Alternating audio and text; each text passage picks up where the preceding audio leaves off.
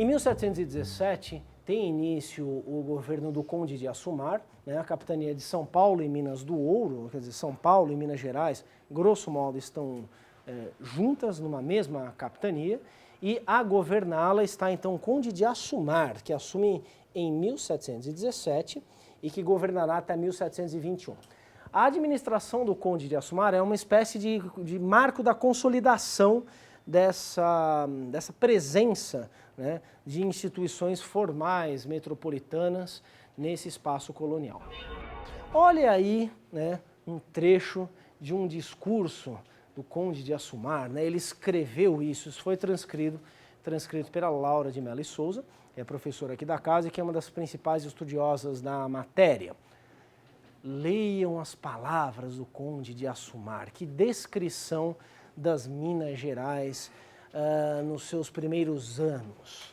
Nas Minas, aspas, os dias nunca amanhecem serenos, o ar é um nublado perpétuo, tudo é frio naquele país, menos o vício que está ardendo sempre.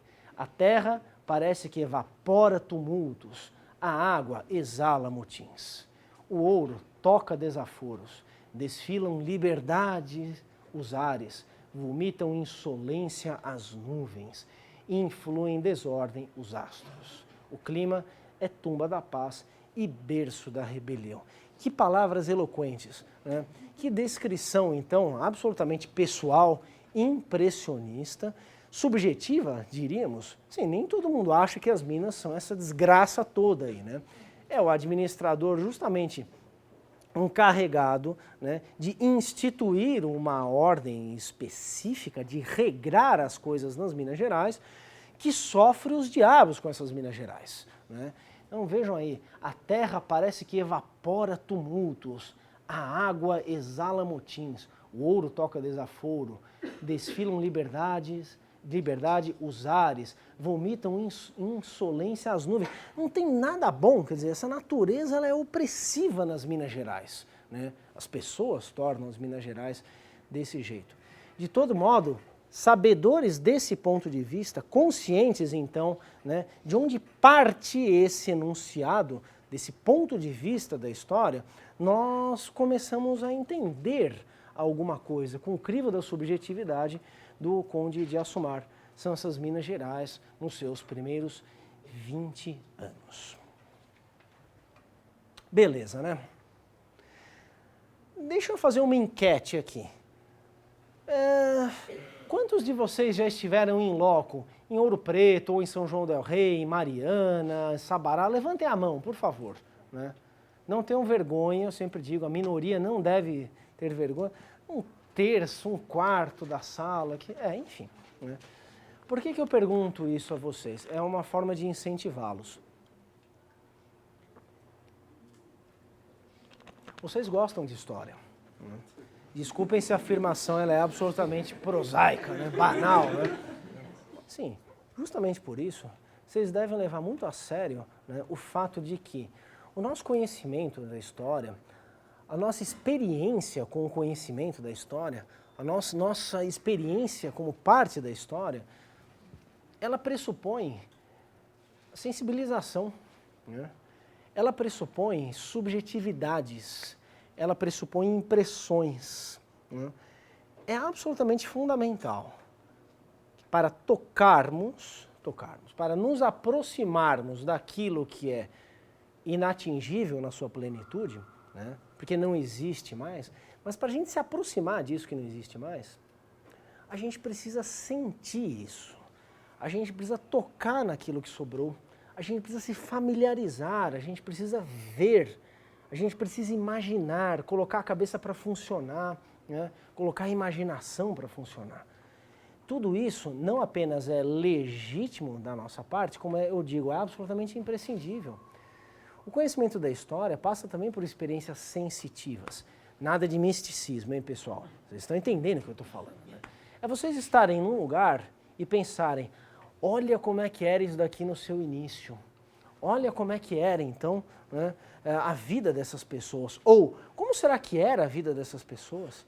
Como será que era viver num lugar desses? Como será que era trabalhar?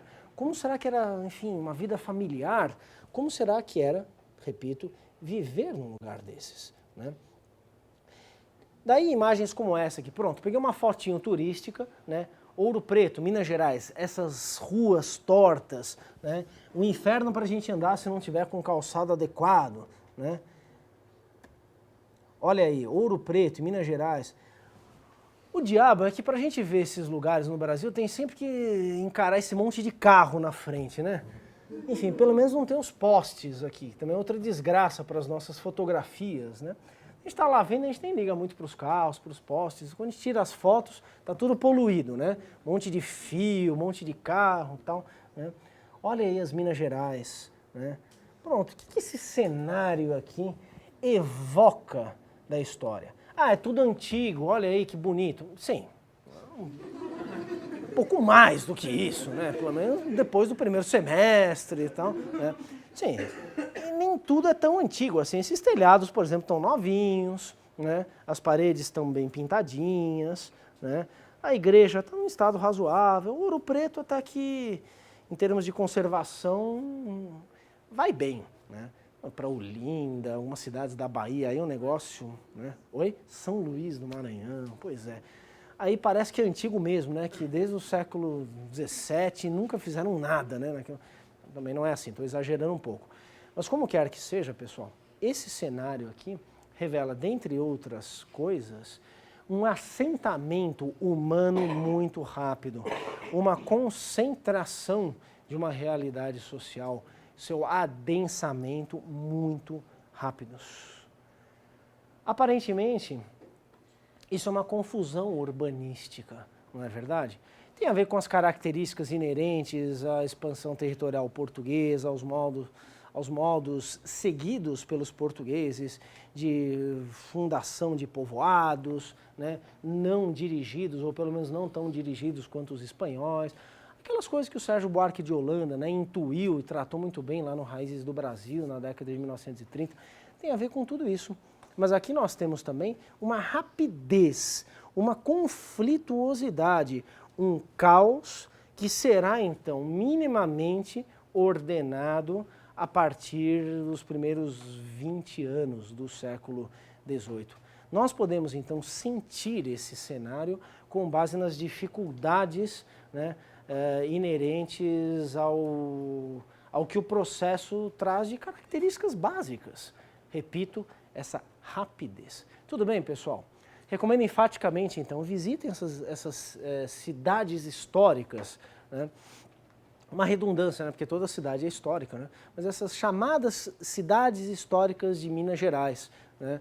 Elas são, enfim, documentos vivos de muita coisa e pretextos aí intermináveis para um nosso conhecimento por essas vias mais indiretas da história, que são muito fortes também. Diga, por favor. Professor, essa situação quase caótica, né, que você falou dos primeiros 20 anos das Minas Gerais, ela de alguma maneira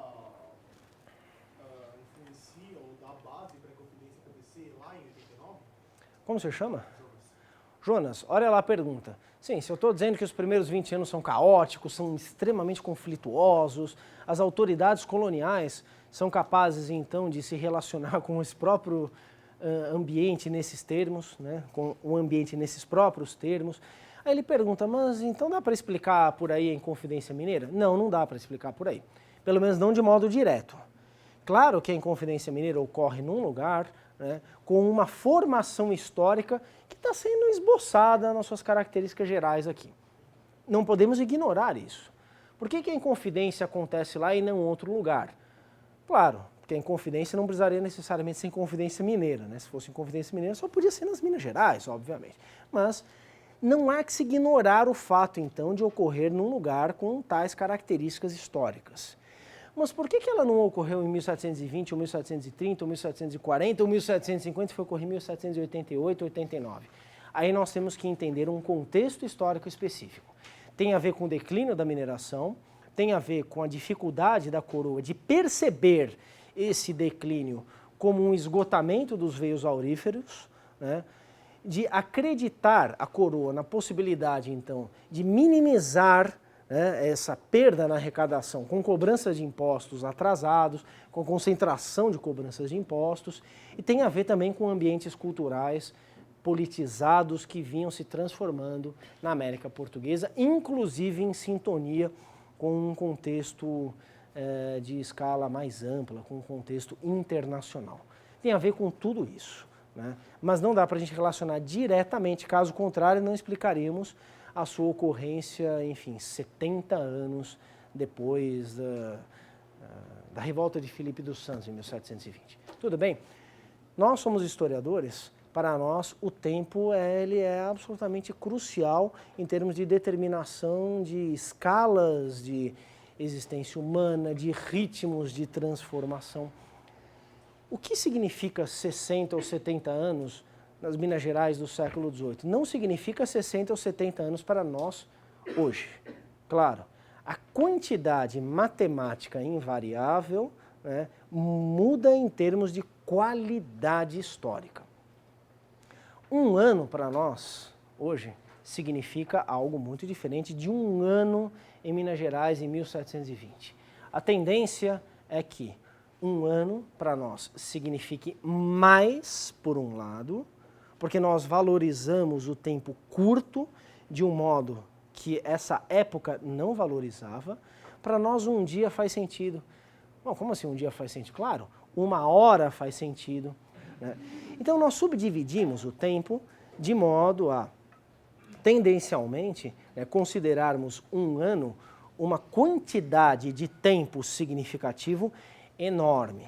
Mas por outro lado, na medida em que vivemos em escalas de dias, de horas, de minutos, de segundos, com muita intensidade, também temos a sensação de que um ano passa muito rápido, não é? É uma contradição da forma como nós vivemos o tempo. No século XVIII, né, um dia interessa, claro, noite, dia. Interessam as estações, interessam os ciclos da colheita em se tratando de uma sociedade basicamente agrária, interessa o calendário litúrgico, interessa então as badaladas da igreja, interessam os fins de semana com os dias de missa, interessam as festas de procissões, são ritmos da vida, que tendem a ser ritmos, né, de intervalos de tempo matematicamente maiores do que o que nós vivemos. Faz sentido isso, pessoal? Sim, mas ao mesmo tempo um ano pode ser valorizado como uma eternidade de tempo, inclusive porque a expectativa de vida das pessoas era menor, né? Hoje em dia nós podemos querer viver até 80 anos de idade, 90 anos de idade. Se alguém morre com 60 anos, ai, coitado, era tão novo, não é verdade? Não importa se o cara viveu bem pra caramba, tal, morreu jovem. Aqui a expectativa de vida é muito menor, tal. Tudo isso para dizer, pessoal, que nós devemos considerar a história de intervalos de tempo, a história da forma como as pessoas vivem o tempo. Para todos os efeitos, o tempo transforma tudo, porque tudo se transforma. Tudo, então, é mensurável em escalas temporais que não necessariamente correspondem a medidas matemáticas, que, repito, fazem muito mais sentido para algumas sociedades do que para outras, tá? Então, 70 anos é o suficiente para a gente desconfiar de uma relação direta. A partir de 1720, então, essa autoridade colonial ela já está mais bem implantada e tem início, então, uma nova fase, né? A extração do ouro continua a crescer, mas essa vida social ela já está mais regrada. Não absolutamente regrada, porque também jamais a vida colonial é absolutamente regrada. Aliás, nenhuma vida é absolutamente regrada, né? Há sempre um descompasso entre o que se pretende que seja uma vida social e que suas formas existências de existência cotidiana mostram. Mesmo assim, né, a partir de 1720, a autoridade colonial ela está bem implementada nessa região. Crescem os povoados e uma das formas de controlar esses povoados é não atribuindo a esses povoados o estatuto formal de vilas. Por que isso acontece? Por que isso acontece? Por que então manter povoados sem o estatuto de vila? Porque reconhecer um povoado como uma vila significa então atribuir um documento àquele povoado, uma foral de vila, né? Uma vila necessariamente deve ter uma casa de câmara e cadeia, deve ter um pelourinho, deve ter certas autoridades oficiais. Ou seja, quanto mais você oficializar esses povoados, mais você é obrigado, mais a coroa é obrigada então a delegar poderes autônomos, né? O que acontece então? Uma diminuição desses espaços formalmente delegados de poderes autônomos, né, em prol de um melhor controle da coroa. Muito bem, seguindo adiante.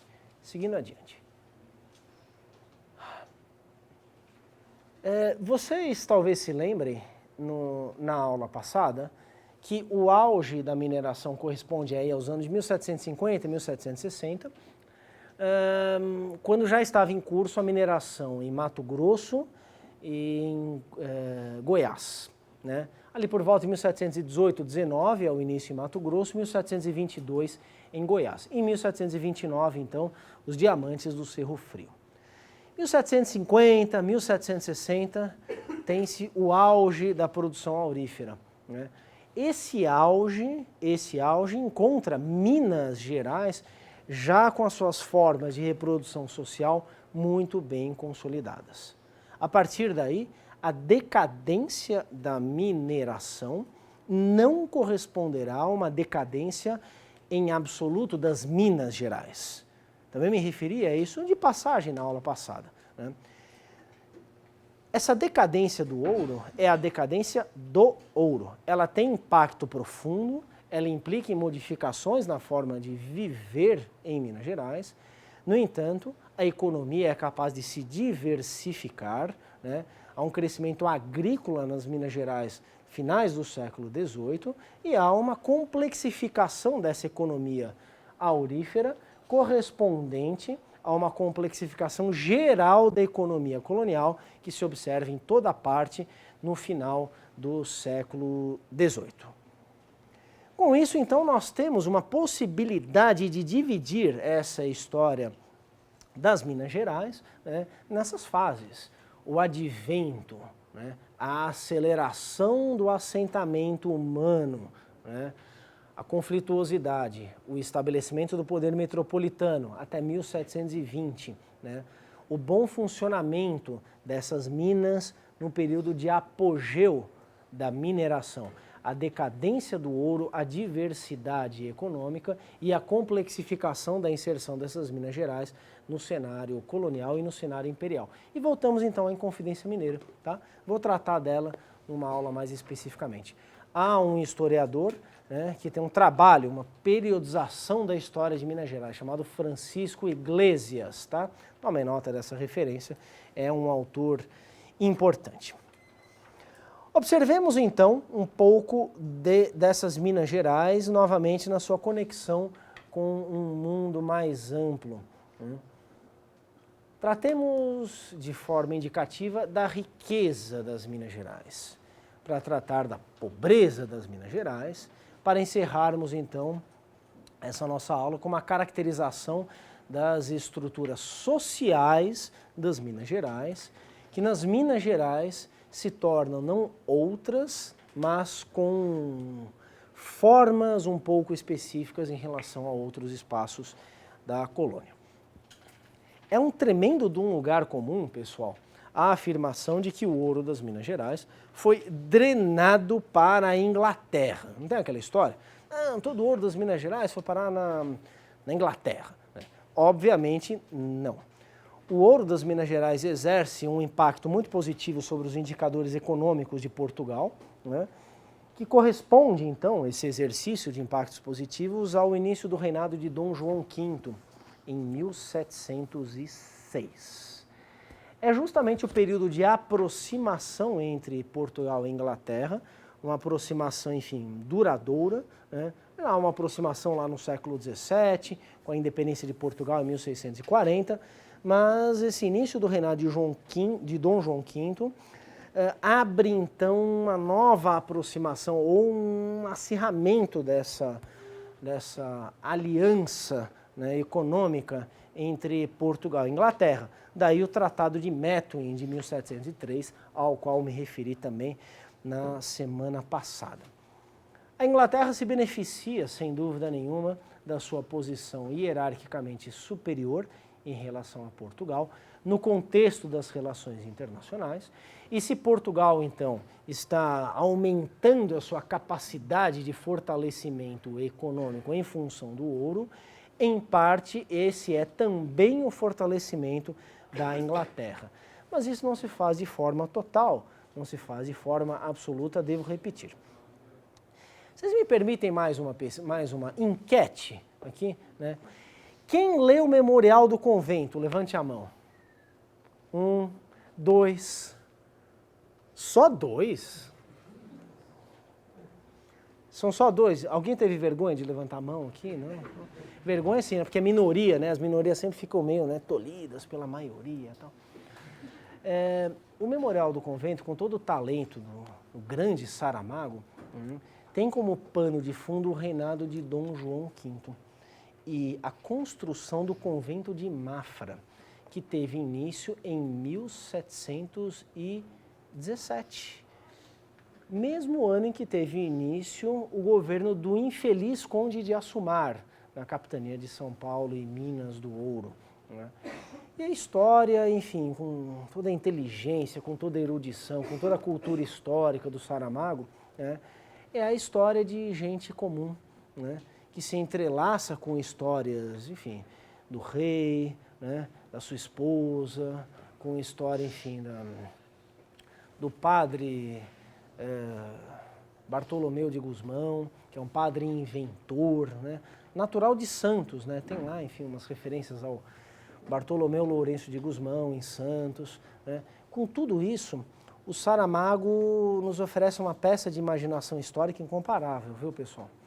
Não é para ler o livro do Saramago, para aprender sobre o reinado de Dom João V, sobre o convento de Mafra, que foi construído, em boa medida, com o ouro do Brasil, mas é para praticar esse exercício de sensibilização em relação à história.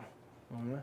É para realmente tocar a história, já que ela é inatingível, a gente usa de recursos subjetivos também, sem exagerá-los. Né? Vocês querem estudar sobre o reinado de Dom João V, vocês peguem o livro do Boxer. Né? Aliás, é um ótimo livro, os livros do Boxer.